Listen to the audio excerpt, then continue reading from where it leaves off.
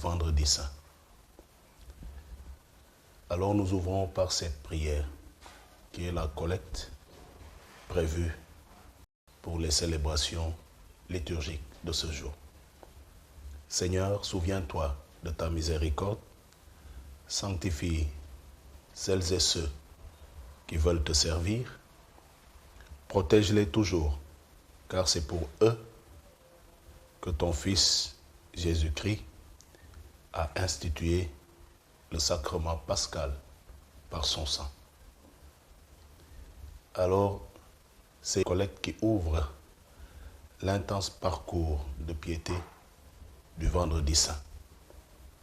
Le but de tous les chemins de croix vécus, c'est donc de nous faire entrer dans la démarche d'union à la passion de Jésus. N'ayons pas un regard extérieur sur les événements relatés. Osons plutôt une démarche propre, un profond désir d'union avec Jésus crucifié. Et le Saint Padre Pio nous fait ce témoignage. Le Seigneur révèle et appelle. Mais bien souvent, nous ne voulons ni voir ni répondre, car nous préférons nos vues personnelles. Parfois, on ne distingue plus la voix de Dieu, mais il continue à éclairer et à appeler. Ce sont les hommes qui ne veulent pas entendre.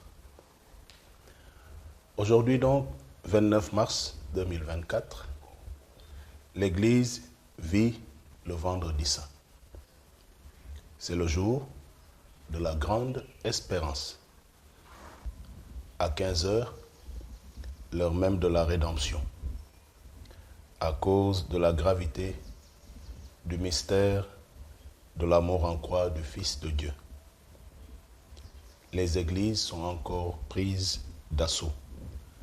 Les disciples du Christ ont participé avec grande ferveur à la célébration de la Passion. Il leur a été donné de méditer à nouveau sur l'arrestation de Jésus, sur la comparution devant Anne et le reniement de Pierre, sur la comparution devant Pilate et la condamnation de Jésus, sur sa crucifixion, sa mort et sa mise au tombeau. Le tout vécu, bien évidemment, dans la certitude qu'il s'est levé du tombeau. Le vendredi saint est donc un jour sans sacrifice eucharistique, sans célébration eucharistique. Le silence ouvre cette célébration de ce deuxième jour du Triduum. Parce que le silence, c'est le lieu où Dieu nous attend. Parce que le silence favorise l'attention et l'écoute active. À l'ombre de la parole de Dieu, l'Église adresse au Père une série de 10 intercessions pour le monde entier.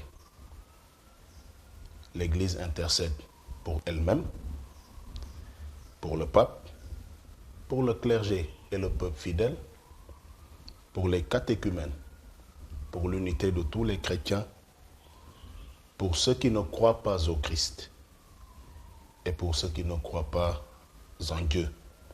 Mais aussi, l'Église intercède pour les pouvoirs publics et pour ceux qui sont dans l'épreuve.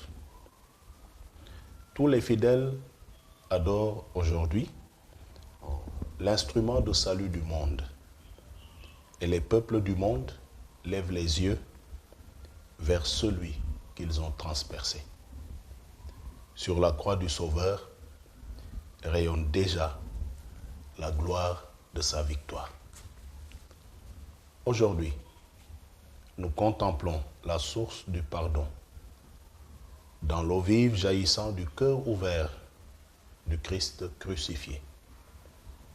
Et avant de communier à ce que nous appelons les pré-sanctifiés, c'est-à-dire les hosties consacrées la veille au soir à la Sainte Seine du Jeudi Saint. L'Église implore sur ses filles et fils et sur le monde entier le pardon de toutes les fautes commises. Tous ces événements qui nous sont rapportés par les évangiles se concluent par la mise de Jésus au tombeau. C'était le vendredi et déjà brillaient les lumières du sabbat. Pour le commun des mortels, pour la majorité des Palestiniens et des gens d'ailleurs qui ont vu et entendu ce prophète puissant en parole et en acte, porteur d'un message nouveau. Pour tous ces gens-là, l'affaire Jésus est désormais classée. Plus de pain pour les affamés, plus de bonnes paroles pour les désespérés, plus de soulagement pour les malades, encore moins de libération pour les possédés. Plus un seul pour défendre la cause de la veuve et de l'orphelin. Bref, la cause du peuple opprimé et exploité. Sans Jésus, le temps est devenu long et lourd, comme un jour sans pain. Sans Jésus, c'est le découragement, la débandade, la dispersion. Beaucoup, comme les disciples d'Emmaüs, s'en retournent à leur quotidien déçus et le cœur gros. Ils avaient beaucoup d'admiration pour le fils de Nazareth. Partout où il passait, il faisait le bien. Jamais homme n'a parlé comme cet homme, témoignait ses compatriotes. Tant d'autres, avec les disciples d'Emmaüs, aimaient bien l'entendre et le suivre, mais ils n'avaient pas encore une expérience personnelle profonde avec lui. Et le temps de la résurrection nous permettra d'entrer dans les profondeurs du mystère de Jésus-Christ crucifié, ressuscité. Les quelques rares disciples qui portent encore en eux un tout petit grain d'espoir, paralysés par la peur, se sont terrés. Les chefs du peuple, quant à eux, jubilent déjà parce qu'ils sont venus à bout d'un trouble fait. Et plus personne pour leur faire remarquer leurs écarts et abus de pouvoir. C'est pourtant ce moment que Dieu choisit pour nous appeler à l'espérance et au témoignage courageux. Si nous célébrons aujourd'hui en Église la Passion et annonçons la mort du Seigneur, c'est pour nous rappeler qu'il s'est fait l'un de nous pour emprunter nos routes, pour emprunter notre langage, pour prendre part à nos joies et à nos peines, et enfin, pour nous élever et partager avec nous la gloire de la résurrection. Le chemin du crucifié, c'est le chemin que nous avons à emprunter pour arriver à Dieu. Nous voyons déjà briller les lumières de la Pâque. Nous sommes tous invités à vivre nos jours sous le signe du Seigneur ressuscité. Un bilan conscient et conséquent mérite d'être fait par chacun et chacune des croyants. Dans notre monde, nous pouvons dire, sans risque d'erreur, que nous en avons vu du bien, du beau, du grand.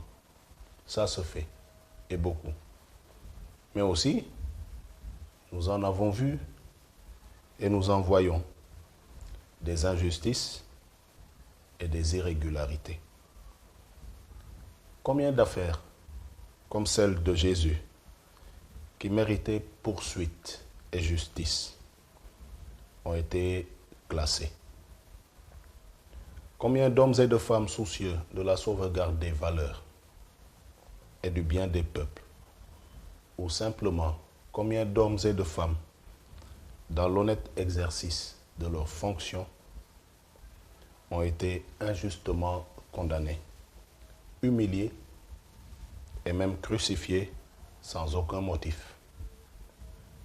Combien de Barabbas courent les chemins du monde sans personne pour les inquiéter, pendant que des innocents croupissent en prison.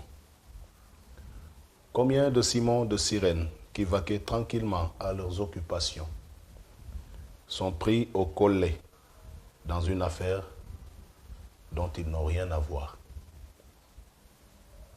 Et Jésus déclare, si l'on traite ainsi l'arbre vert, que deviendra alors l'arbre sec? L'heure de la résurrection a donc sonné pour nous.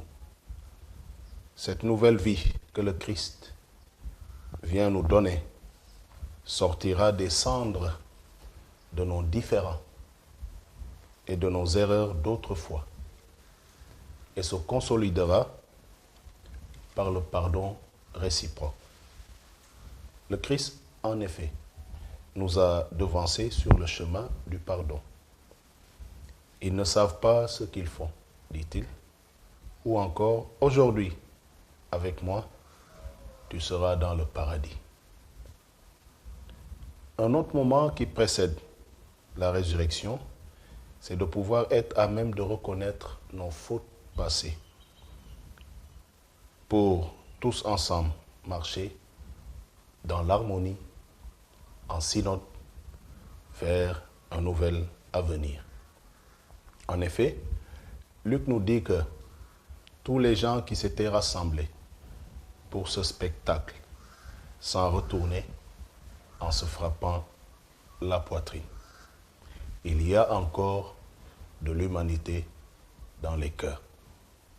Il est vrai que des fois, même en plein midi, nous avons l'impression d'être en plein minuit.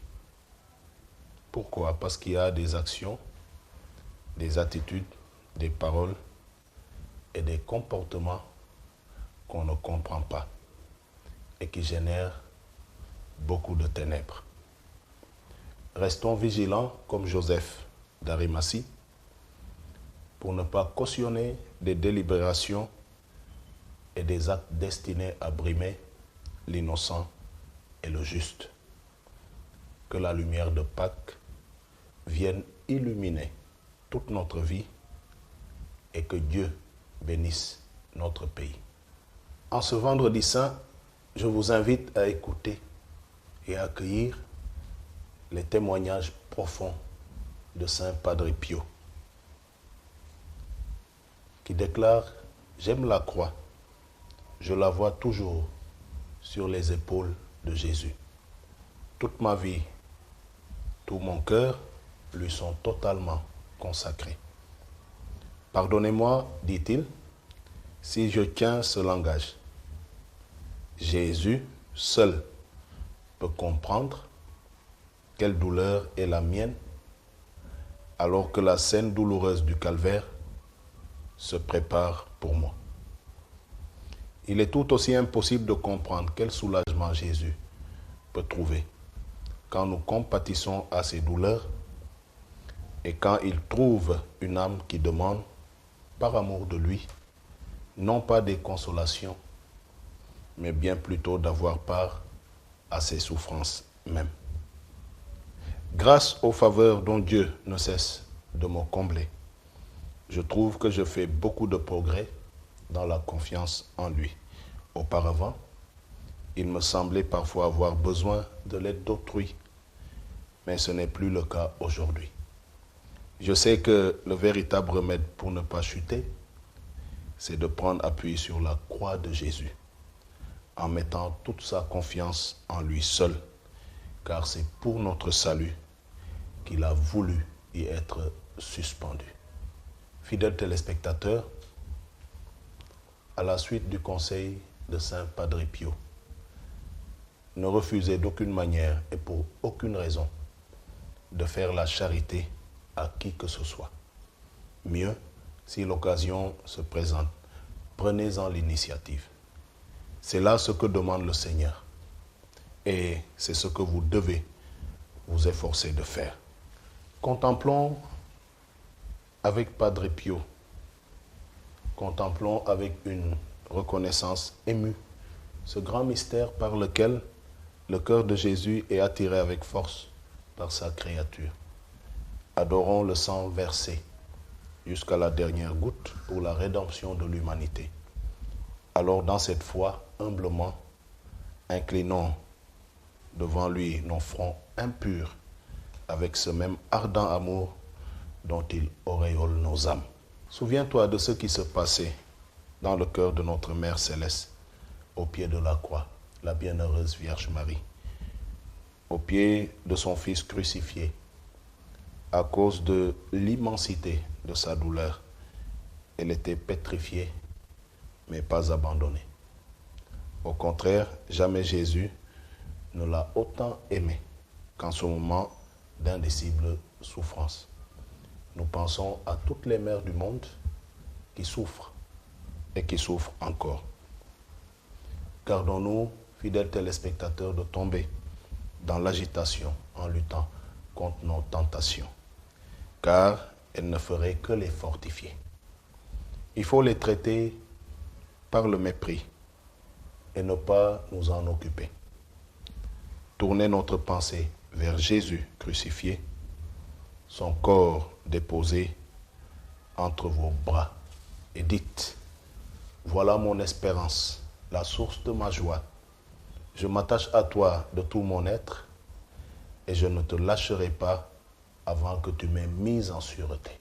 Dieu éternel et tout-puissant, consolation des affligés, force de ceux qui peinent, entends les prières des hommes qui t'appellent, quelle que soit leur souffrance, qu'ils aient la joie de trouver dans leur détresse le secours de ta miséricorde.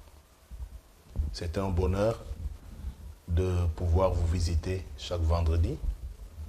Nous sommes pour cette année à la fin de cette série, de cette émission, le temps du carême. Que le Seigneur vous accorde une nuit tranquille, d'excellentes fêtes de Pâques, et que le Christ ressuscité soit notre ressuscitant.